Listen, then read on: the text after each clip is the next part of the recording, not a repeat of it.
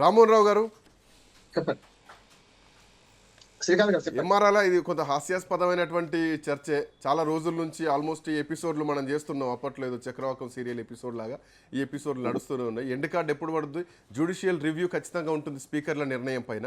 So గతంలో అంటే ఏది మిగతా రాష్ట్రాలు, హిమాచల్ ప్రదేశ్లో ఒక రూలు, తెలంగాణకు ఒక రూల్ ఉంటుందా? అక్కడ స్పీకర్ ఒకలా ఉంటారు, ఇక్కడ స్పీకర్ ఒకలా ఉంటుందా?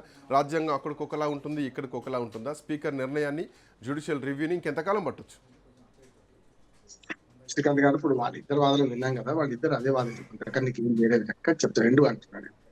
స్పీకర్ల పాత్ర గురించి మాట్లాడాలి ఇప్పుడు మొట్టమొదటి అక్కడి నుంచి వస్తారు. ఎందుకంటే గౌతమ్ గారు మొన్న 2004 అన్నారు కనుక 2004 కన్నా ముందు కాంగ్రెస్ పార్టీ ఆయారాం గాయారం సంస్కృతి పెంపొందించింది. నేను 2004 నుంచే వస్తాను. 2004లో స్పీకర్ ఎవరు ఉన్నారు? అప్పుడు కేఆర్ సురేష్ రెడ్డి గారు ఉన్నారు. ఆయన ఇప్పుడు ఏ పార్టీలు ఉన్నారు? ఆయన బీఆర్ఎస్ లో ఉన్నారు. అంతే కదా. కొత్త నాంచి 5 ఏళ్ళు నాంచి 6 నెలల ముందు మీరు రాజీనామా చేయండి, అనవసరంగా ఎందుకు నువ్వు పదవులు పోతాయి అని చెప్పింది కదా వాళ్ళు కదా. గతంలో రాజీనామా చేసి గెలిచిండ్రు అట్లానే. తర్వాత 2009లో చూస్తే అదే పరిస్థితి. తర్వాత పోచారం శ్రీనివాసరెడ్డి గారు లక్ష్మీపుత్రుడు మొన్నటి దాకా, ఇప్పుడు మన ఫిరాయించ దాకా ఆయన స్పీకర్ గా ఉన్నారు. అంతకుముందు 2 ప్రభుత్వాలు కూడా పని చేసిన పని ఆయన కూడా అంతే కదా. 6 నెలల ముందు రాజీనామా చేయండి, లేకపోతే పదవులు పోతాయి అని చెప్పి ఇటుపక్క అటుపక్క చేసిన సందర్భం చూసినాం కదా మనం. సమస్య లేదు. గడ్డం ప్రసాదరావు గారు ఏం చేశారు వాళ్ళు కూడా అదే చేశారు. తేడా ఏం లేదు. కాకపోతే ఈయన తీర్పు చెప్పాల్సిన అవసరం వచ్చింది. ఎందుకు వచ్చిందంటే గతంలో 10 మందిని చేర్చుకున్నప్పుడు కాంగ్రెస్ పార్టీ వాళ్ళు చేతులు ఎత్తేసి హ్యాండ్స్ అప్ అన్నట్టు చేతులు ముడుచుకొని కూర్చున్నారు. ఎందుకంటే ఫిరాయింపు తప్పని చెప్పి వాళ్ళు కేసులు వేస్తే అది వేరే ఉంటుండే. 2014 వేసిన వేరే ఉంటుండే, 2018 వేసిన వేరే. పోయేది పోలే నిలిచేదే మన గట్టి గింజ అనుకున్నారు, ఊరుకున్నారు. 6 మిగిలారు. ఒకసారి 6, ఒకసారి 7 మిగిలారు. 21 మంది ఉన్నప్పుడు 13 మంది చేర్చుకున్నారు. 19 మంది ఉన్నప్పుడు 12 మంది చేర్చుకున్నారు. అయిపోయింది. ఇప్పుడు కూడా అదే పురుగు గింజ తన నలిపారు కదా, 2 పార్టీలు చేసిన పని అనేది సమర్థించుకోవడానికి ఇలాంటి వీలు లేదు. ఒకవేళ సమర్థించుకుంటే ఇప్పుడు సామ్యుల్ గారు అన్న వాదనే ముందరికి వస్తుంది కదా. ఎందుకంటే ఆనాడు 63 మందిని గెలిపించారు 2018లో. 63 ఉన్నారు కనుక మమ్మల్ని నాశనం చేస్తారు అనుకొని మేము ఫిరాయింపులు వచ్చేస్తాను తప్పే. కాకపోతే బీఆర్ఎస్ పార్టీ మీద విమర్శ పోయింది ఏంటంటే శంకర్లను వస్తే జీతం చేసుకున్నారు వాళ్ళు. వీళ్ళు చేతులడి కూర్చుంటే చేతులు ఎత్తేస్తే వాళ్ళు మెల్లగా అందరూ ఒక్కొక్కరు వచ్చిన వాళ్ళు అందరు కలుపుకొని ఫిరాయింపులు చట్ట కింద రాకుండా చేసుకున్నారు. రాకుండా చేసుకోకముందే ఇప్పుడు ఇవాళ లాగానే బీఆర్ఎస్ వాళ్ళు కనుక అభ్యంతరం పెట్టినట్టు పెడితే అక్కడికే గేట్లు ఆగిపోయాయి అంటున్నాం. మేము గేట్లు ఎత్తిచ్చినాం, అతి త్వరలో మొత్తం మిగతా 16 మంది వస్తారు అని చెప్పి మాట పోయింది. కానీ ప్రజలు మాత్రం చూస్తున్నారు. కాలంబు రాగానే కాటేసి తీరుతున్నట్టు రేవంత్ రెడ్డి గారు ఒక మంచి మాట చెప్పిండు. ఏమనంటే మీరు వీళ్ళని ఓడించండి అన్నాడు. 12 మంది ఫిరాయింపుదారులను 10 మందిని ఓడించారు. ఇప్పుడు 2 గెలిపించింది. ఇప్పుడు కూడా అదే జరుగుతుంటున్నాడు. దానం నాగేందర్ గారు బాగా నైతికంగా పాపం చేసినప్పుడు ఆయన ప్రజలు ఓడించారు. అప్పుడు కూడా నిజంగా చెప్పాలంటే అప్పుడు పాపం ఏమంటున్నా 2004లో ఆశీర్వాదం పోటీ చేసి గెలిచి టీడీపీ వస్తుందేమో అధికారులకు మళ్ళీ అని చెప్పి టీడీపీ పోటీ చేసి గెలిస్తే మళ్ళీ రాజీనామా చేసి ప్రజల ముందుకు వెళ్తే ప్రజలు ఏమన్నారు? అంగీలు మార్చినంత తొందరగా మీ పార్టీలు మార్చే లాభం లేదు, నిన్నటి దాకా టీడీపీ అని తిరిగినాం, ఇవాళ కాంగ్రెస్ ఎట్లా తిరుగుతాడు ఓడించిన అన్నాడు. ఇప్పుడు ఆ నైతికత కూడా సిగ్గు విడిచింది. నేను స్పష్టంగా చెప్తున్నా, నాకు పార్టీలతో సంబంధం లేదు. ఈ గతంలో స్పీకర్లు చెప్పినా ఇప్పుడు ఇవాళ స్పీకర్ గారు గడ్డం ప్రసాదరావు గారు ఆయన మీద నాకు వ్యతిరేకత లేదు.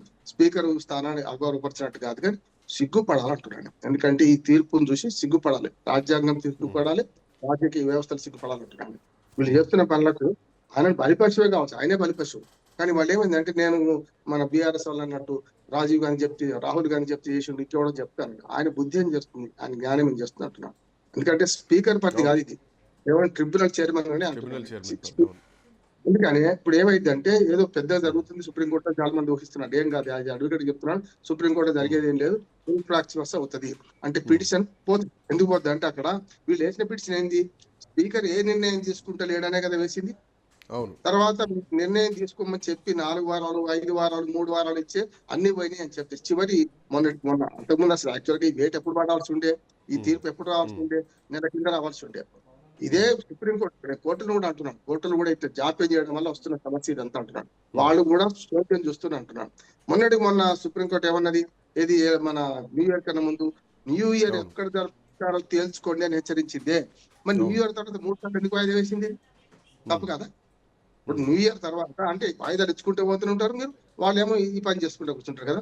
ఇప్పుడు సో కూడా సార్ సార్ మొన్నటికి దీంట్లో మొన్న ఏంటంటే స్పీకర్కి రాజ్యాంగ పరంగా ఉన్నటువంటి అధికారాలు ఉన్నాయి కాబట్టి కోర్టులు కూడా నేరుగా ఏం చేయలేనటువంటి లేదు పరిస్థితులు లేదు లేదు కనిపిస్తున్నాయి. అది కాదు సార్. లేదు ఏదున్నా అందుకని మళ్ళీ రిటర్న్ ట్రిబ్యునల్కే పంపిస్తారు, మళ్ళీ రివ్యూ కోసం పంపిస్తారు. ఈలోపు పుణ్యకాలం కాస్త పూర్తయిపోతుంది. అది కాదు స్పీకర్ అక్కడ మీరు ట్రిబ్యునల్ చైర్మన్ కానీ మీరు ఆదేశిస్తున్నారు మిమ్మల్ని అన్నది రిక్వెస్ట్ కాదు. అవును అవును స్పీకర్ అధికారం ఎక్కడంటే మార్కండేయుడు కదా శివలింగాన్ని కాదు చూసుకున్నట్టు అసెంబ్లీ ఆవరణలో పెట్టే పోలీసులు రావడానికి వీల్లేదు, కోర్టులు రావడానికి వీల్లేదు. బయట కదా ఇది ఫిరాయించింది బయట కదా. బయట ఫిరాయించినప్పుడు ఏం చేయొచ్చు అంటే స్పీకర్ అధికారం కాదు అక్కడ, ట్రిబ్యునల్ చైర్మన్ మీరు కనుక తీర్పు చెప్పమన్నారు. నేను ట్రిబ్యునల్ చైర్మన్ అని ఆయనను నేను అభిశంసిస్తున్నాను, తప్పు అంటున్నాను. అయితే ఇక్కడ సుప్రీంకోర్టులో ఏం జరుగుతుంది వాళ్ళు ఏం చేస్తారంటే పిటిషన్ కొట్టేస్తారు. అంటే కొట్టేస్తారు ఇన్ఫ్రాక్చువల్ అవుతుంది. ఎందుకంటే ఆల్రెడీ పర్పస్ అయిపోయింది కదా. వాళ్ళు ఏం చేశారు, తీర్పు చెప్తలేడు చెప్పమన్నారు, చెప్పొద్దలేడు అని చెప్పి కోర్టు ధిక్కారం కింద వేశారు. ఆ పిటిషన్ సార్ ఇప్పుడు ఈ కేసులో ఒకటి కంపారిజన్ ఒకటి నాకు ఎక్స్ప్లెయిన్ చేయండి సార్. కలకత్తాలో పార్టీ మారారు, సువేందు అధికారి వేసిన పిటిషన్ పైన ముకుల్ రాయ్ మీద హైకోర్టు అక్కడ తీర్పు ఇచ్చింది. సో ఆ కేసును ఇక్కడ మనం ఎట్లా చూడొచ్చు, రేపు పొద్దున సేమ్ వీళ్ళు కూడా హైకోర్టుకి వెళ్తారు. సుప్రీంకోర్టు కంటే స్పీకర్ నిర్ణయాన్ని సవాల్ చేస్తూ హైకోర్టు పోతే హైకోర్టు నుంచి కూడా మనం ఆ కలకత్తా ఎపిసోడ్ని ఇక్కడ చూడొచ్చా? అంటే ఇప్పుడు మళ్ళీ వేరే పిటిషన్ వేసుకోవాలి. అందుకని కేటీఆర్ గారు అన్నారు కదా వేరే పిటిషన్ వేసుకుంటాను. అక్కడ ఇప్పుడు సుప్రీంకోర్టుది ఆల్రెడీ పోతుంది. ఎందుకంటే అది వేసిన పిటిషన్ లిమిటెడ్ పర్పస్. ఒకటి ఫిరాయింపుదారుల మీద చర్యలు తీసుకోవడం మీద తీర్పు ఏం చెప్తలేదు, ఏదైనా చెప్పని అన్న. ఇప్పుడు కోర్టు కూడా ఏమన్నది, ఫిరాయింపుదారులు కనుక వాళ్ళని తీసేయమని చెప్పలే కదా, నిర్ణయం ప్రకటించమన్నది. నిర్ణయం ప్రకటించండి కదా, అయిపోయింది. అంటే నిన్నటి దాకా ఉన్న మేడ మీద కత్తి తీసేసుకున్నాం. ఇప్పుడు ఆ పోతే ఏం చేస్తారంటే వీళ్ళు హైకోర్టులో మళ్ళీ పిటిషన్ వేసుకోవాలి. మళ్ళీ మొదటికి వస్తుంటున్నాను. ఈ 5 ఏళ్ళు ఇప్పుడు 2.5 ఏళ్ళు గడిచిపోయింది ఆల్మోస్ట్ ఆల్. ఇంకో 2.5 ఏళ్ళు పోతుంది. సుఖంగా వీళ్ళు పదవులు వెళ్ళదీస్తారు, అంతకని ఏం లేదు. కానీ ముంజేటి కక్కడానికి అర్థమైంది అన్నట్టు స్పష్టంగా మిగతా అన్ని 9 మంది పోనీయండి, 8 మంది పోనీయండి, 9 మీద వేసేదండి. కొన్ని కడియం శ్రీహార్ గారు కూడా తప్పలేదు అనుకుందాం. ఈయనదైతే మా ఆధారం ఉంది కదా. అంటే కేవలం టెక్నికల్ కారణాలతో అంతకుముందు పిటిషన్ పట్టదు కానీ పిటిషన్ తర్వాత కూడా ఫిరాయించిన తప్పే కదా అంటున్నాను. అంటే పిటిషన్ ఇప్పుడు నిన్న బతుకున్నావు కానీ ఇవాళ బతుకున్నావు కానీ నిన్న బతుకున్నావా అంటే ఎట్లా? ఇవాళ బతికే ఉందా, నిన్న బతుకున్నావు అని అడుగుతారా? ఇవాళ బతుకున్నట్టే లెక్క. పిటిషన్ వేయక ముందు ఫిరాయించక ముందు మీరు పిటిషన్ వేసిరంటే ఫిరాయించిందని వేసింది కదా, దానికి ఆధారం కొత్తగా ఆధారం వచ్చినట్ట లేకుంటే పాత ఆధారం పోయినట్ట? ఇప్పుడు కేసు వేసేటానికి ఫిరాయించలేదు అంటుంది కదా మీరు, కేసు వేసిన తర్వాత ఫిరాయించింది కదా. ఇప్పుడున్న పరిస్థితి ఏంది, నువ్వు ఎక్కడ కేసు విచారణకు వచ్చినప్పుడు ఆయన పరిస్థితి ఏంది? బీఫామ్ 2 సబ్మిట్ చేశారు కదా. టీఆర్ఎస్ పార్టీ పేరు మీద బీఫామ్ ఏమో ఎమ్మెల్యేకి తీసుకున్నాడు, ఎంపీ పేరు మీద 4 లక్షల ఓట్లు వచ్చినాయి, తక్కువ రాలే. కాంగ్రెస్ పార్టీ నుంచి పోటీ చేస్తే 4 లక్షల ఓట్లు వచ్చినాయి కదా. ఆ సంగతి ఏంటంటున్నాను నేను కదా. కాంగ్రెస్ పార్టీ పేరు మీద ఆయనకు వచ్చినాయి కదా ఓట్లు, ఇవన్నీ పోయినట్టేనా? అందుకనే ఈ ధృతరాష్ట్రుడు అంటే కూడా ధృతరాష్ట్రుడు అవమానించాడు. ఆయన పుట్టి ఆయనకు నిజంగా తెలియదు పాపం. గాంధార్ లాగా కళ్ళ గందలు కొట్టుకుండా అంటున్నాను. చెప్తున్నా స్పీకర్ గారు ట్రిబ్యునల్ చైర్మన్ గా పూర్తిగా అన్యాయం చేసిండు, తప్పు, సిగ్గుపడాల్సిందే అంటున్నా. కాకపోతే ఆయన చేతులు ఆయన లేడు కనుక మిగతా వాళ్ళు చేసిండట్టున్నారు, కరెక్ట్ కాదు. ఆయన రేపొద్దున ఈ తీర్పు వల్ల మరింత అప్రతిష్ట మూట కట్టుకోవడానికి చాలా వ్యక్తిగతమైన గౌరవం ఉంది, మంచివాడు, ఎక్కడ కూడా అసెంబ్లీలో మంచిగా నడిపిస్తున్నాడు, అవన్నీ పక్కన పెడితే ఇవాళ అప్రతిష్ట మూట కట్టుకున్నాడు. ఇది ఇంత కింద రేపొద్దున గ్యారంటీ ఆయనను అభిశంసించే పరిస్థితి కూడా వస్తుంది. ఏది రేపొద్దున ఏదైతే మన హైకోర్టులో వేస్తారు కదా కేసు, హైకోర్టులో చూస్తారు కదా, ఇవన్నీ వివరాలు చూస్తారు కదా. ఇప్పుడు హైకోర్టులో నడిచేది ఏం లేదు, పోస్ట్ మార్టమే. ఆయన మొత్తం గజం మిథ్య పలాయన మిథ్య అన్నాడు. గజం ఉన్నది, పలాయనం ఉన్నది, ఏం కనపడుతుంది, ఏం సమస్య మేము కనపడితే ఎందుకు కనపడతలేదు, రేపు హైకోర్టు సుప్రీంకోర్టు అడుగుతుంది అంటున్నాను. కానీ ఒక్క మాట, ఈ కోర్టులు కూడా అంబిగ్విటీ మెయింటైన్ చేయకుండా దీనిలో స్పష్టంగా ఒక నిర్ణయం ప్రకటించాలంటున్నాను. అంటే వాళ్ళని తీసేయమంటలే, కేంద్ర ప్రభుత్వానికి సలహా ఇవ్వాలి. అయ్యా మీరు ఈ స్పీకర్ అధికారం తీసుకోండి, మనకు ఎలక్షన్ కమిషన్ కి ఇవ్వండి, ఇంకేదో వ్యవస్థ పెట్టండి అనాలి. కానీ తప్ప లేకుంటే ఇట్లా ప్రతిసారి స్పీకర్ ముసుగులో తప్పించుకోవడం వీళ్ళు, లేకపోతే హైకోర్టు సుప్రీంకోర్టు కూడా మాకు పరిధి లేదని వాళ్ళు చేసుకుంటే పోతే రాజ్యాంగ అపహాస్యం అవుతుంది కదా. ఇంకొక మాట ముగిస్తారు.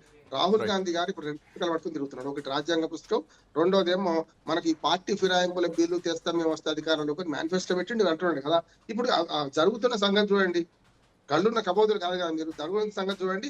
నిజంగా ఈ బిల్లు ఇక్కడి నుంచి ప్రవేశపెట్టండి, మీకే న్యాయం ఇంకొక న్యాయం ఉండదు కదా అంటున్నాను. అందుకనే ఎవరైతే ఫిరాయింపుదారులు ఉన్నారో వాళ్ళని చేర్చుకునే పార్టీ సంతోషపడుతుంది ఎప్పుడైనా సరే. అది ఆనాడు బీఆర్ఎస్ కావచ్చు, ఇవాళ కాంగ్రెస్ కావచ్చు. ఎవరైతే నష్టపోతుందో వాళ్ళు ఆక్రోశిస్తున్నారు. ఈ 2 జరగాలంటున్నాను. అందుకనే రాజ్యాంగంలో 2 సంవత్సరాలు దాటితే శిక్ష పడితే ఎట్లా పదవులు పోయినాయో, ఒకసారి ఒక బీఫామ్ మీద పోటీ చేసిన ఇంకో బీఫామ్ మీద పోటీ చేసినా, లేకుంటే సస్పెండ్ చేసిన, వీళ్ళు సస్పెండ్ చేసిన పదవులు పోవాలంటారు. పార్టీ సస్పెండ్ చేస్తే కూడా పదవులు పోవాలి ఆటోమేటిక్. అప్పుడు Right, ఆటోమేటిక్ right, ఏమంటే ఎవడు భయపడతాడు, ఎవరు దీనికి ముందుకు రాదు. సుప్రీం మీరు అన్నట్టు కోర్టులో భయం అనేది లేదు. ప్రజలంటే భయం లేదు, ప్రజాస్వామ్యం అంటే భయం లేదు, వ్యవస్థల మీద భయం లేదు, రాజకీయం నడుస్తుంది. అవును, ప్రజలే తీర్పు థ్యాంక్ యూ. చెప్తారు రేపొద్దున. ఎస్.